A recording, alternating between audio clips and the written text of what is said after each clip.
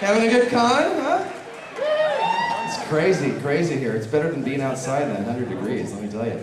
All right, so hi guys, this is the Adventures in Voice Acting inside the Voice Actor Studio panel. If that's not what your boarding pass says, please talk to the flight attendant. No, I'm kidding. My name is Tony Oliver. I am a voice actor and a director, and I work with Bang Zoom Entertainment, who sponsors all this, with Adventures in Voice Acting, which is, it started out as a DVD documentary, which if you haven't seen, it's wonderful, very compelling. It's really a cool thing, and I'm not just saying it because I'm in it, but also we do a series of workshops all over the country, including here in Los Angeles, where the next ones are going to be in mid-August. And if you're interested in that, please go down to booth 1401, put your name on the email list, and they'll let you know when that's coming out. And we're also doing a new product this month. This is the commercial part of this panel, by the way. These audio cards. These are audio downloads. We've done a series of 10. There are going to be 20 eventually, of 30 to 40-minute talks about various aspects of voice acting, about using your voice, how to work with directors, how to get an agent or manager, what it's like to be a voice actor. So if it's something that you've been interested in, they're inexpensive, they're downloadable to your iPods or your computers, and it might be something you're interested in. Again, booth 1401 down at the Bang Zoom booth, and you can find out all about that, okay? And if you want to talk to me, that's where you'll usually find me, okay? So let's get started, shall we? Yes! You can do better than that.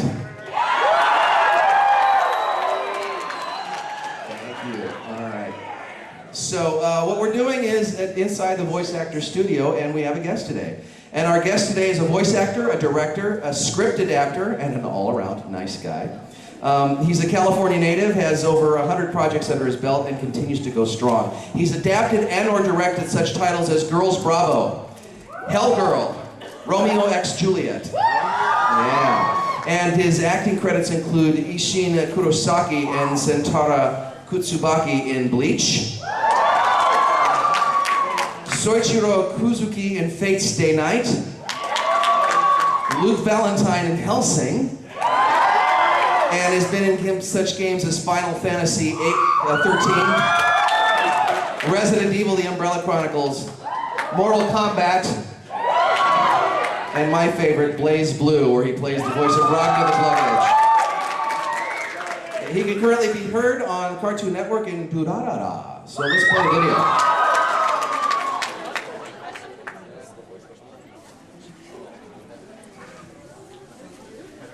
Push play. There we go. This is what you've been hiding.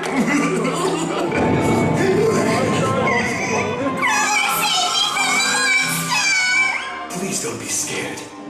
I'd like to introduce you to someone. This is Belzadeth. The Nakazawa family has worshipped cats for generations. You'll no puke, I promise. Just try it once and you'll see it's true. Once time not enough to kill you.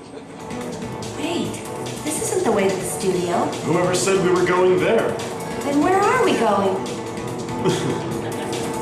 I'm taking you to paradise. Everyone shut up! We kill these problems to solve the world's problems, not to fight about the problems of our past. And since I'm the only country who seems to know how to run a meeting, we'll follow my rules from here on out. 8 minutes each for speeches, no chit-chatting or side deals, and absolutely no going over the time limit. Now, if you want to go, make sure you're prepared and raise your hand, but do so in a way that does not mock heinous salute to my country's path. Please welcome Patrick Seitz.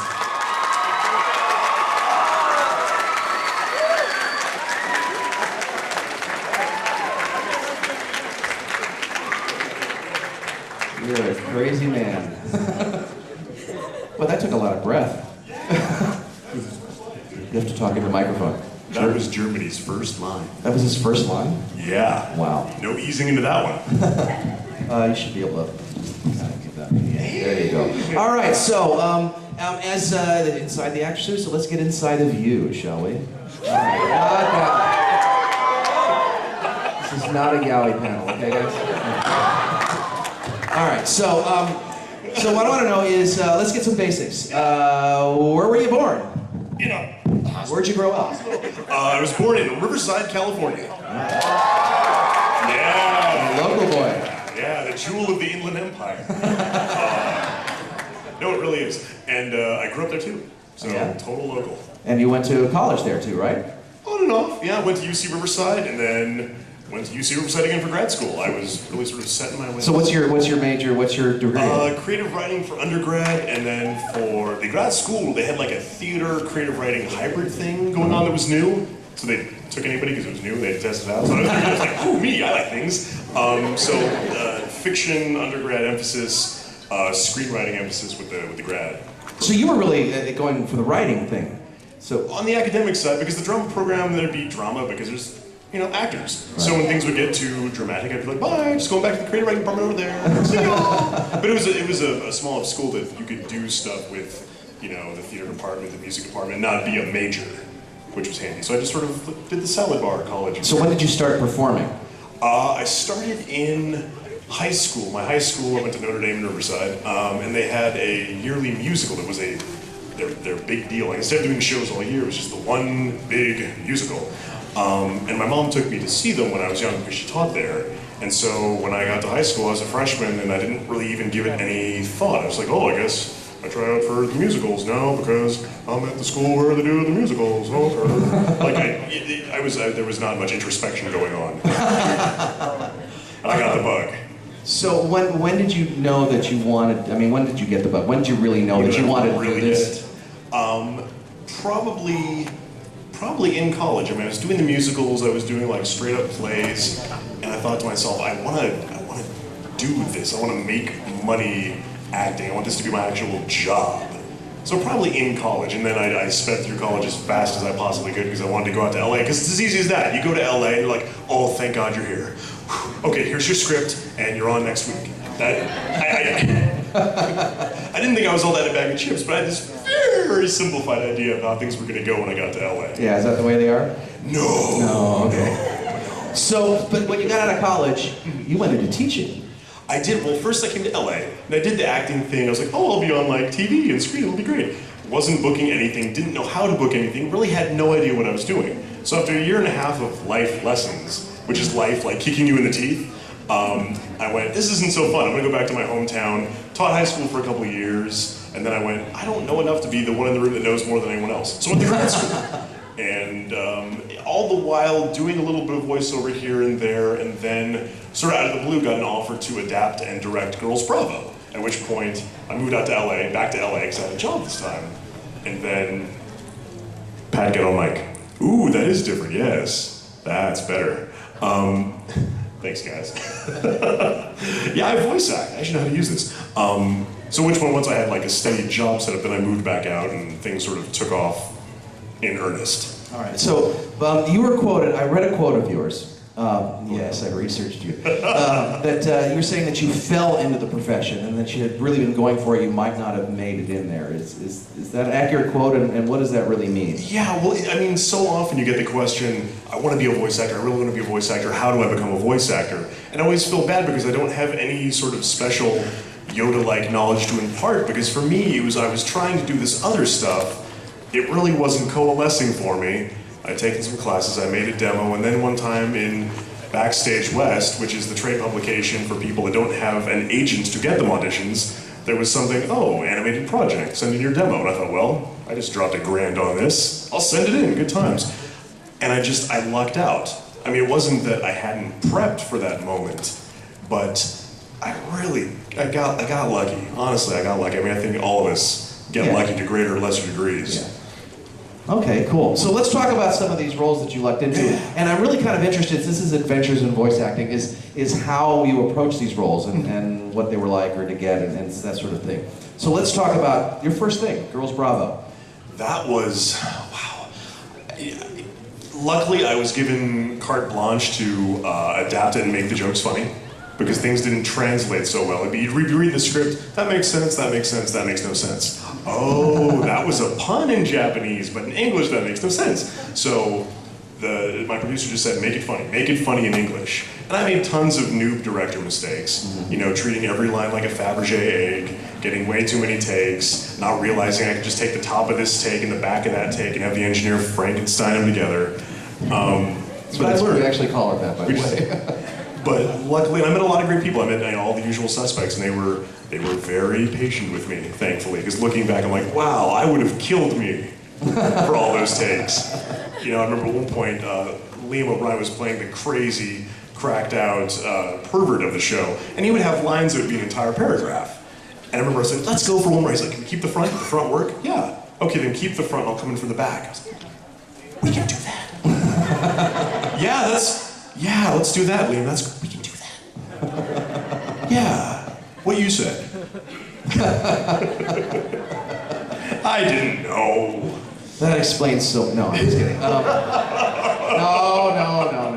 I'm just easy joke. Let's talk. What about Bleach? Oh man, You do a great job in thank you. Bleach was the first thing I did that was like really, really big and people were paying attention. Because I remember they announced it. Was it their AX or Comic-Con that year? They announced the cast, and he was in on the first couple episodes before he randomly disappears back on Earth. And so people were noticing, people were like, Patrick Seitz, who's this Patrick Seitz? I have no idea who this is. He better not be bad, or I'll kill him. So that was the first time I was like, oh, people are paying attention. The stakes just got a little bit higher. Yeah. And he still shows up every now and then to do cool stuff, and then he leaves inexplicably. So hopefully someday he'll come back. I miss him. They always do. That's true. That's man. what the great thing about Bleach. If you get a part in Bleach and you die, in a few months you're gonna get a call again. I did one the other day for a different show where they called me and I'm like, I'm pretty sure he drowned. I'm pretty sure he's dead at the bottom of the lake. No, he's alive. Okay. Works for me. Hellsing. Talk about Hellsing. Yes. Incredibly popular show. Yeah, that was another one. I mean, let's put it in perspective, guys. He was around, he talked some smack, he got killed in about that much time. But people really responded positively to it, and that's one that I'm still pretty well known for, even though he's there and then he's gone. And then they came out with Hellsing Ultimate. It was sort of the same thing. He was there, he talked some smack, he got killed, and seen. But people really like him. He was a fun character to play. All right, here's one that I love, because I got to direct you a little bit on this, and this is Ragnar the Blood Edge in Blaze Blade. That was a lot of fun and a lot of talking. Because I thought, oh, it's a fighting game, so the script is going to be like 3 pages long. And there's not going to be a lot of talking aside from, in the matches. But the script for that thing was like, bam! It was almost 10,000 lines of dialogue. Yeah. I think I kept looking over like, fighting game, right? It's a fighting game?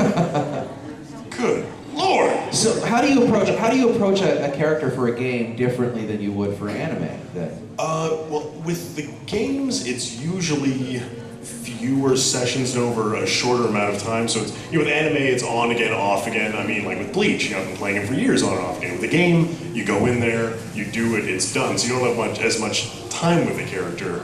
You're covering a lot more ground in a single session, also because you're usually not performing to the lip flap.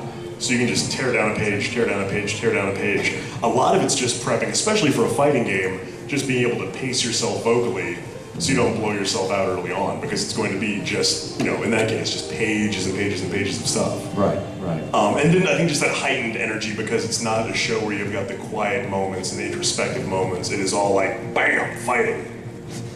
Cool. Now I want to talk a little bit about Monster, okay?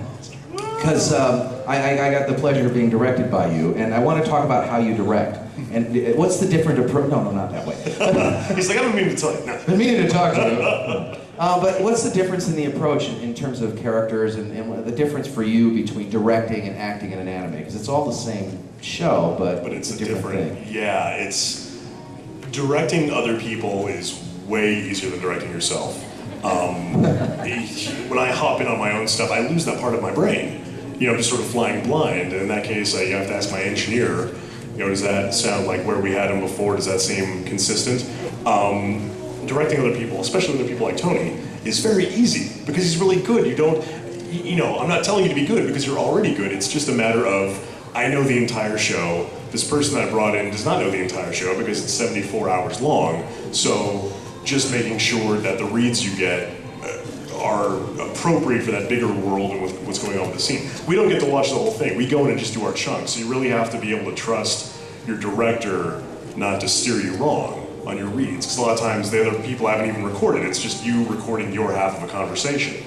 So especially with that show, it would be watching the whole thing down when I started. And then as I would get to a new batch of episodes, rewatching just to get back into my head, because that show in particular was so convoluted. I still don't get it. Yeah, there's a lot of that online too. Let me ask you this. I know you're an anime fan now. Were you always an anime fan? I didn't know about it back in the day.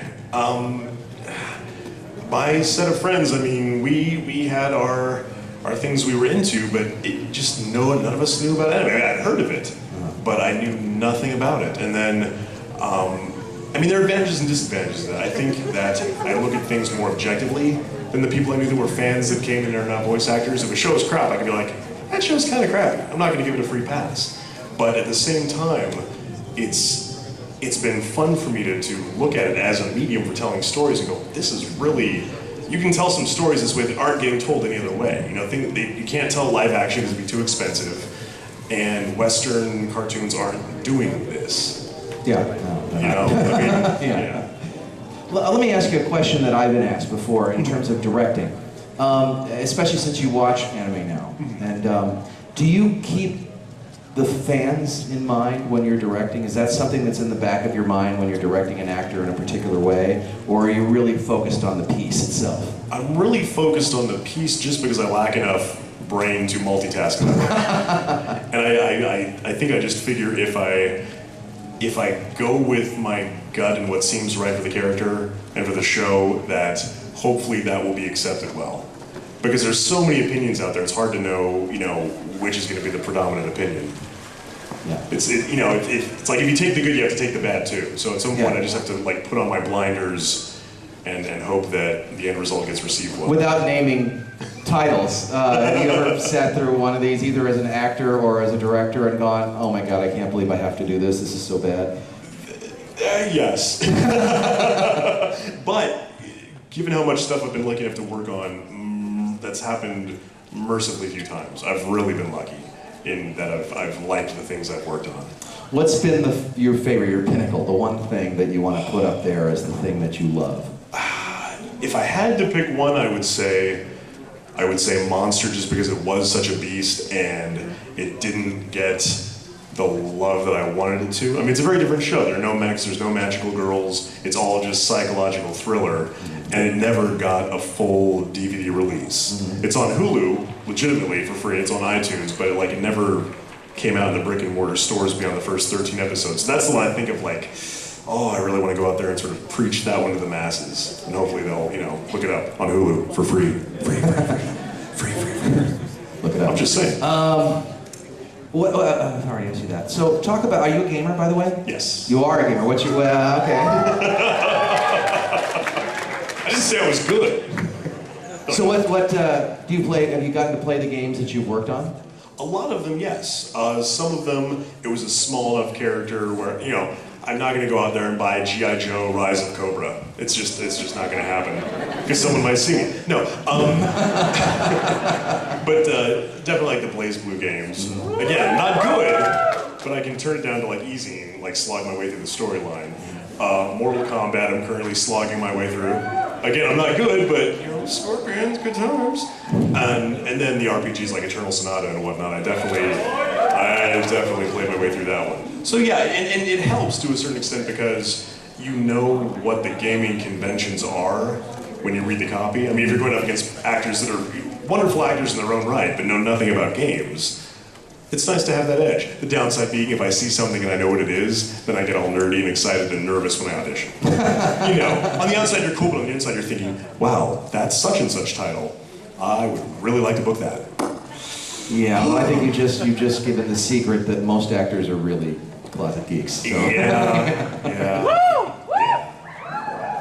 Nothing wrong with that. So am I. Very accepting crowd, I like that. So let's talk about really quickly about current projects. Yes. You have Durarara out yes. What do you play? I play Simon. He's taller than everyone else in Japan. He is this gigantic black Russian guy who talks about sushi at great length. I would get to the end of a session and be like, I am starving. I really need some sushi in my life right about now. It's all I've talked about for the last 2, 3, 4 hours. It's gotten a lot of attention. It's getting a lot of attention. Yes. So what do you attribute to that? I don't know. Fighting in awesome outfits. I mean, not to be glib, but I think it doesn't hurt me that there's fighting and people have really sort of glommed onto it with the cosplay side of things. Yeah. You know? The cat helmet is cool. It is. It is cool, I gotta say. It really is. All right. Any current projects that you can talk about? That's always... No, because we've got all this stuff roiling around in our heads, but we don't want to like drop the non-disclosure agreement spoiler bomb. I did some writing on a show called Ride Back, which is about a girl who's a ballerina and there are mechs, which sounds like a very odd combo, but it works. Yes, a Macarena. Hey, Macarena. Robots with tutus. It's fun. That's gonna take on Transformers, I can't know. There's flipping and sparkling. And there's other stuff too, nothing I can talk about yet. I always forget because someday I'm gonna say, like, oh, that's the thing I can't mention. And then I have to kill you all, and that'd be unfortunate. We've had a good relationship so far. Summer War? Victor said Summer Wars. Yes. Summer. Yeah. Check it out if you haven't. I was lucky enough to get to do the English adaptation for Summer Wars. It is a brilliant, brilliant movie. Not because I made it brilliant. It was already brilliant, and then I just made it match the lip flap. So, standing on the shoulders of giants and all that. No, it is excellent. Look it up. All right. So I want to talk in terms of voice acting now really quickly. Yeah. We've got some inspiring voice actors out here. I know some of you, and some of you there's a lot of you guys. This is the standard question. Advice. Where do you start? What the direction that you might want to give people? Voiceover classes are helpful, and you'll want to take them because you'll need to learn how to deal with a mic, as I have evinced up here, like getting close enough to it, which I haven't been doing. But theater is a really, really, really, really, really good foundation. You know, they don't translate 100%. I mean, one, you're in a tiny little room speaking to a mic. The other, you're on a stage. You have to be loud enough to be heard in the back of the room. What's the connection? The acting. And I mean, with theater, you have to turn it up to play to the back of the room, and it's a lot more intimate in voiceover because you've got the mic right there. But it's just that foundation of real, honest acting, getting into the character. And also with theater, you know, you can read stuff ahead of time. You can prep, you spend some time with the character, and I think that helps. So then when you're doing voiceover, where you get there, they hand you the script, it's all a cold read. You have that foundation of being able to get in quickly and commit and grab onto whatever they give you. Because in theater, you get a lot more time to sort of luxuriate in the process of putting on a character. It's a lot more, you know, rappelling out of the helicopter and storming the building with voiceover, you know? I've never had to do that in a session, but okay. Yet. Oh, no, okay. All right, so what we're going to do now is, since we have some inspiring voice actors here, I'm going to get a couple people up here, and we're going to do a little voice acting. All right, just going to get two people right now. I'm going to go, hold on, I'm going to work my way back. I'm going to get you, and you. All right, come on up here. That's not it, we got more coming, relax. Okay, so, I'm going to do, I got him right here. So, Neil.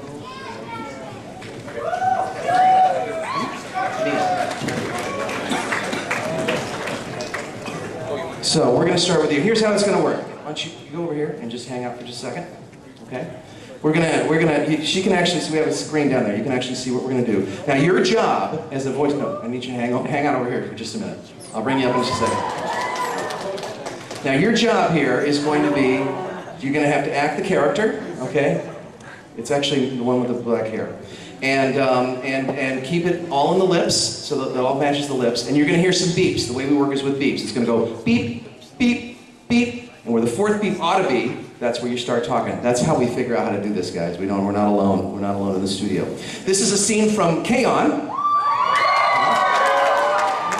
And it's the character of Mio, and Mio is it's kind of the heart and soul, the brain of the group, who's also extremely shy and is afraid of corn barnacles. And those of you who've seen this know what I'm talking about.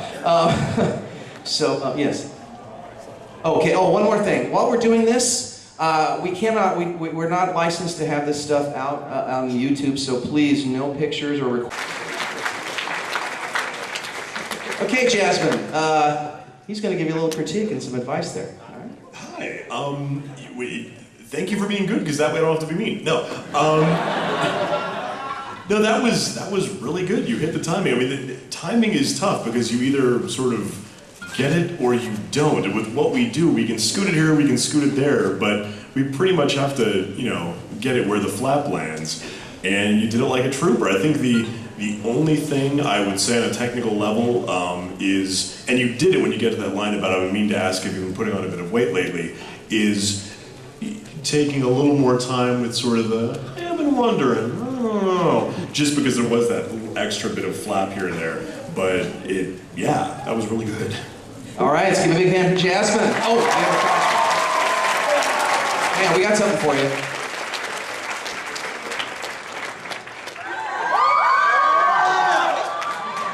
All right, just so while we're doing this, these gifts are coming from some of our friends in the anime business. So they come from Aniplex, booth 901, Bandai, booth 901, or Hai Chan, booth 1129. So please visit them. They were nice enough to give these to us.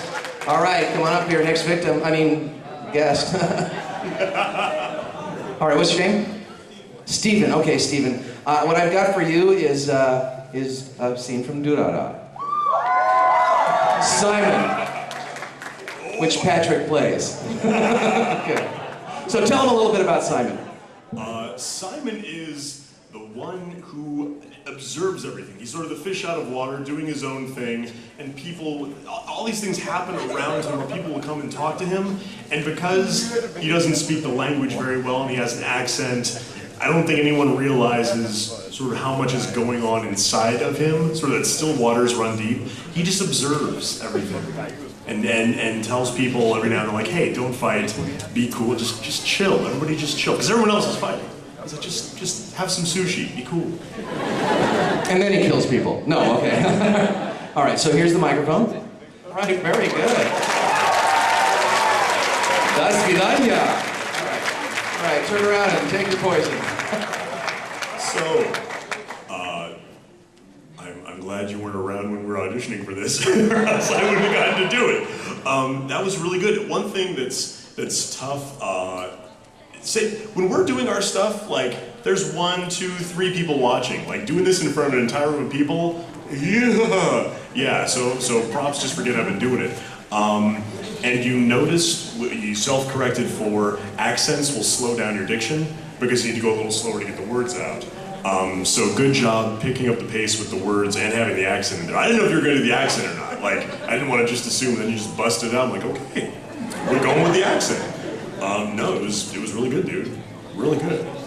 Nice Russian. Very good. Give him a big hand. Okay, I need 2 more people coming out from the middle. All right, I'm going to grab you and you.